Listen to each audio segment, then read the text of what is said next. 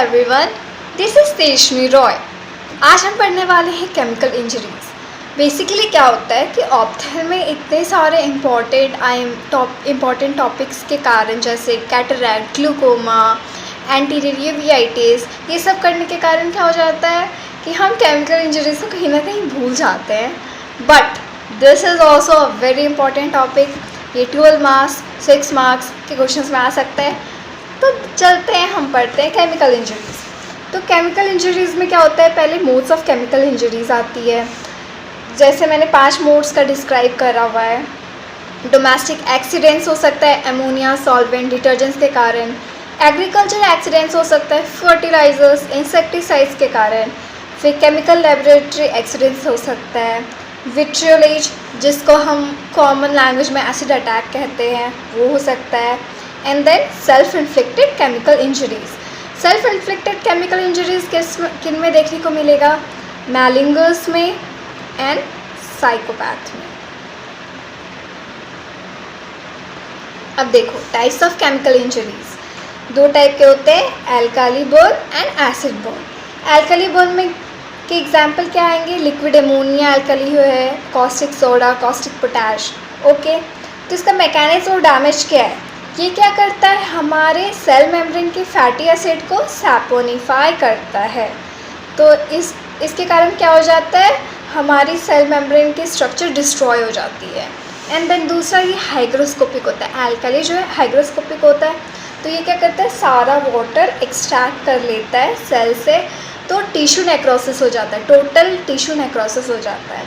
And then क्या करता है, एल्काली कंबाइन करता है सेलुलर लिपिड से, बनाता है सॉल्युबल कंपाउंड, और सॉल्युबल कंपाउंड्स क्या करते हैं, सॉफ्टनिंग एंड जेलाटिनाइजेशन करते हैं। इसीलिए जो एल्काली है वो टिश्यू में ना डीप पेनिट्रेट कर जाती है एंड मोर हार्म करती है। एसिड में कौन कौन से आएंगे? Hydrochloric acid, sulphuric acid and nitric acid. अब मैकेनिज्म ऑफ डैमेज इनका क्या है? Instant coagulation of all proteins. ये क्या करता है, तुरंत कोएगुलेट करता है टिश्यू के प्रोटीन्स को।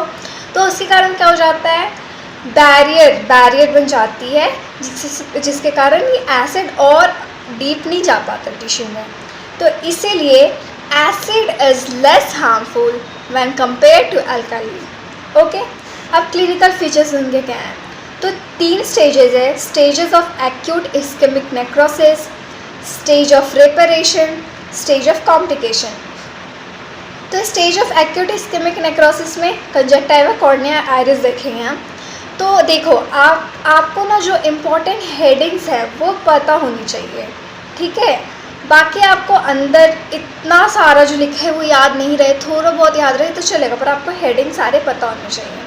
तो stage of acute ischaemic necrosis में कंजक्टिवा आएगा। कंजक्टिवा में इडिमा देखने को मिल सकता है, कंजेशन, फिर नेक्रोसिस हो सकता है, कोपियस पुरलेंट डिस्चार्ज देखने को मिलेगा। एंड कॉर्निया में स्लोइंग अप ऑफ एपिथेलियम हो सकता है, इडिमा हो सकता है, ओपलेसेंस ऑफ स्ट्रोमा हो सकता है। ओके, फिर अगर mild to moderate degree of corneal burn है तो कॉर्नियल ओपेसिफिकेशन होगा वेरिंग डिग्रीज का। और अगर सीवियर कॉर्नियल बर्न है तो ना पूरी की पूरी कॉर्निया निकल जाएगी, कॉर्निया स्लो ऑफ हो जाता है और स्टैफिलोमा फॉर्मेशन हो जाती है, ठीक है। अब आइरिस में क्या होता है, आइरिस बहुत ज़्यादा इन्फ्लेम्ड हो जाता है, मतलब वॉलेंट्री इन्फ्लेम। देन हम आते हैं stage of reparation. Stage of reparation में क्या होता है, कंजक्टिवा एंड कॉर्निया रीजनरेट होगा, कॉर्नियल वैस्कुलराइजेशन होती है, inflammation of iris subsides, iris की इन्फ्लामेशन कम हो जाती है। अब देखो फेजेस ऑफ ऑक्यूलर रिकवरी जो है वो मैककर्ली ने प्रपोज करा है, बहुत अच्छे से टैबुलर फॉर्म में बुक में, बट हम इतना लिखने को बैठेंगे तो फिर टाइम ही नहीं है, तो इसलिए बस इतना याद कर दो कि फेजेस ऑफ ऑक्यूलर रिकवरी किसने प्रपोज किया, मैककर्ली ने। फिर स्टेज ऑफ कॉम्प्लिकेशन आता है। स्टेज ऑफ कॉम्प्लिकेशन में क्या हो जाएगा, डेवलपमेंट हो जाएगी सिम्बलीफेरॉन का, फिर रिकरेंट कॉर्नियल अल्सर्स होंगे, कॉम्प्लिकेटेड कैटरैक्ट होगा, सेकेंडरी ग्लूकोमा हो सकता है। ओके, फिर grading of chemical burns. Chemical burns में के 2 ग्रेडिंग है जो मोस्ट रिनॉन्ड है, Roper Hall classification and Dua's classification. बहुत इजी नाम है, Roper Hall classification, Dua's classification, ये भी आप बुक में देख सकते हो, टैबुलर फॉर्म में दिया हुआ है। फिर अब आते हैं ट्रीटमेंट ऑफ केमिकल बर्न्स, ये हमारे लिए बहुत इंपॉर्टेंट है। तो ट्रीटमेंट में क्या आएगा, पहले प्रिवेंट करना है फर्दर डैमेज को, तो क्या करेंगे, immediate and through out irrigation करेंगे आँखों की क्लीन वाटर से या स्लाइन से डिलीवर थ्रू IV ट्यूबिंग। तो डिलीवर कितना करते हैं, 2 litre of water in 20 to 30 minutes. ठीक है, पेशेंट आता है तो आपको पहले इरीगेशन स्टार्ट करना है, हिस्ट्री बाद में लेते रहना, आप पहले इरीगेशन स्टार्ट करना है। ठीक है, अब उसी में प्रिवेंट ऑफ फर्दर डैमेज में और स्टेप क्या है, मैकेनिकल रिमूवल ऑफ कंटामिनेंट, जैसे लाइम होता है उसको रिमूव करते हैं, मैकेनिकल रिमूवल ऑफ कंटामिनेंट। फिर removal of contaminated necrotic tissue like necrosed cornea and conjunctiva को रिमूव करेंगे, जो नेक्रोस्ड हो रखा है उसको रिमूव करते हैं। अब दूसरा स्टेप क्या है, maintenance of favourable condition for rapid and uncomplicated healing, मतलब मेंटेन करना है एक ऐसा फेवरेबल इन्वायरमेंट जिससे अनकॉम्प्लिकेटेड हीलिंग हो और वो तेज़ी से हो, रैपिड एंड अनकॉम्प्लिकेटेड हीलिंग हो। तो इसमें क्या करेंगे, टॉपिकल एंटीबायोटिक्स देते हैं, मॉक्सिफ्लॉक्सासिन 4 to 6 टाइम्स अ डे। ठीक है, स्टेरॉयड आई ड्रॉप देते हैं। स्टेरॉयड आई ड्रॉप ना रिकमेंड कब करते हैं, आफ्टर 2 वीक्स। 2 वीक्स से पहले क्यों नहीं, because it interfere with collagen synthesis, वो इंटरफेयर करती है कोलाजन सिंथेसिस से, इसीलिए उसको 2 वीक के बाद रिकमेंड करते हैं। ये क्या करती है, इन्फ्लामेशन रिड्यूस करती है, न्यूट्रोफिल इन्फिल्ट्रेशन रिड्यूस करती है। ओके, देन तीसरा है साइक्लोप्लेजिक्स, चौथा है 10% sodium ascorbate eye drop plus 1 to 2 gram orally, मतलब सिस्टमिक यूज़ भी होता है सोडियम एस्कॉर्बेट का। ये क्या करती है, प्रमोट करती है कोलाजन का सिंथेसिस।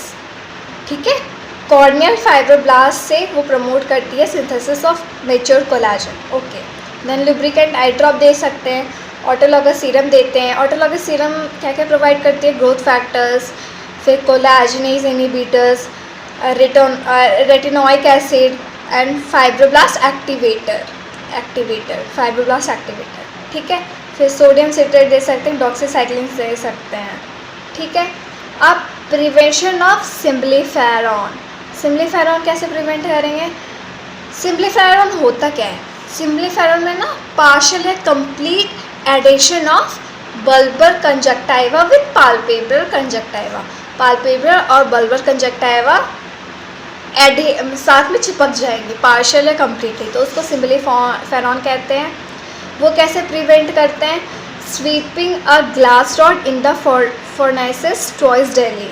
ठीक है, sweeping a glass rod in the fornices twice daily. ठीक है, अब सबसे लास्ट क्या है, ट्रीटमेंट ऑफ कॉम्प्लिकेशन को कैसे ट्रीट करेंगे। ओके, तो सेकेंडरी ग्लूकोमा के लिए टॉपिकल 0.5% टिमोलोल देते हैं और ओरली एसिटाजोलामाइड देते हैं। ठीक है, और सीरोटेरिज्म हो जाए तो क्या करते हैं, एक्सीजन कर लेते हैं उसका, और कंजक्टाइवल ऑटोग्राफ, अगर कंजक्टाइवल टिश्यू बची है तो कंजक्टाइवल ऑटोग्राफ कर सकते हैं, या फिर क्या करते हैं, एमनियोटिक मेम्ब्रेन का ग्राफ्ट लगाते हैं और एंटी माइटोटिक देते रहते हैं जो कि है माइटोमाइसिन सी। तो क्या करते हैं, एमनियोटिक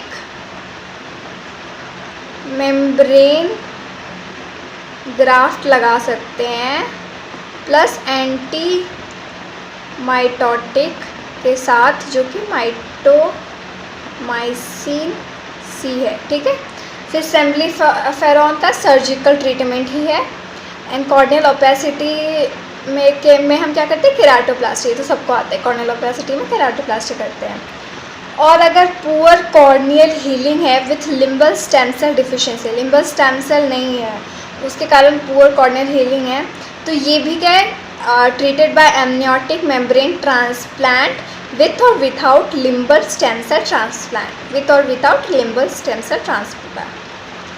तो हो गया हमारा chemical injuries. That's all. Hope आपको मज़ा आया हो, होप आपने कुछ पर याद रखा हो। आप इन सब की स्क्रीनशॉट ले करके अपने खुद के नोट्स अच्छे से प्रिपेयर कर सकते हो। And thank you.